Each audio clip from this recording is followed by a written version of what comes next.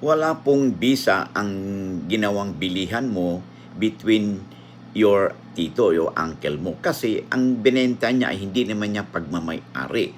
Yung timberland ay hindi po ito maaaring pagmamay-ari ng sinuman dahil ito po ay lupa po ng estado. Okay? Ito po ay classified as not alienable and indisposable land of public domain.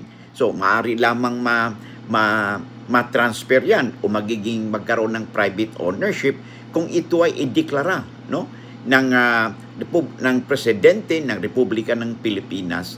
I-convert ito from to alienable and disposable land upon the recommendation of the Secretary of Environment and Natural Resources. So, ang maaari ninyong gawin ay kausapin yung inyong uncle at ibalik sa inyo ang inyong pera. Okay? Kasi una, maaring ang inyong uncle ay maaring na nagbenta sa iyo, ang mayroon siya, maaring siya ay isang steward lamang, assuming na mayroon siya.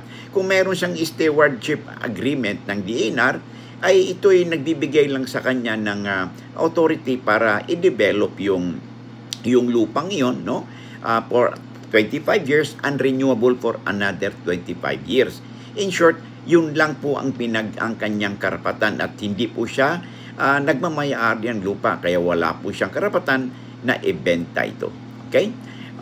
Ang ating pong video ay isa pong ito po yung advocacy natin, no, in collaboration with the Integrated Bar of the Philippines Manila Port Chapter.